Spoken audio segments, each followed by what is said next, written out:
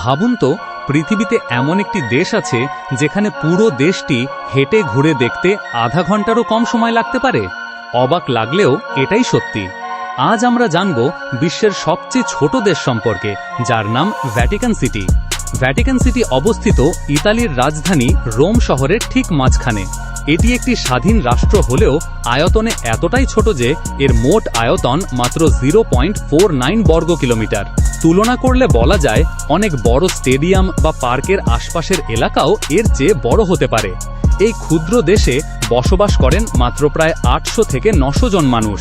তবে ছোট হলেও এর গুরুত্ব পৃথিবীর সবচেয়ে বড় দেশগুলোর চেয়েও কম নয়, কারণ এটি রোমান ক্যাথলিক চার্চের প্রধান কেন্দ্র এবং এখানেই বাস করেন পোপ, যিনি বিশ্বের কোটি কোটি ক্যাথলিক খ্রিস্টানের ধর্মীয় নেতা। আপনি জেনে অবাক হবেন, এত ছোট একটি দেশেরও রয়েছে নিজস্ব ডাকঘর, ডাকটিকিট, পুলিশ বাহিনী, রেডিও স্টেশন, সংবাদপত্র এবং নিজস্ব প্রশাসনিক ব্যবস্থা। এছাড়া তারা ইউরো মুদ্রা ব্যবহার করলেও নিজেদের বিশেষ স্মারক ইউরো কয়েনও তৈরি করে, যা সংগ্রাহকদের কাছে বেশ মূল্যবান।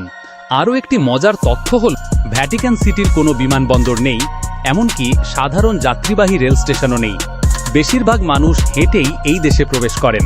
তাই বিশ্বের একমাত্র দেশগুলোর মধ্যে এটি একটি যেখানে পুরো দেশটি খুব অল্প সময়েই ঘুরে দেখা সম্ভব। প্রতি বছর বিশ্বের বিভিন্ন দেশ থেকে কয়েক মিলিয়ন পর্যটক ভ্যাটিকান সিটিতে আসেন। তাদের প্রধান আকর্ষণ হল বিখ্যাত সেন্ট পিটার্স ব্যাসিলিকা, বিশাল সেন্ট পিটার স্কোয়ার এবং বিশ্বের অন্যতম বিখ্যাত শিল্পকর্মে ভরা ভ্যাটিকান মিউজিয়াম।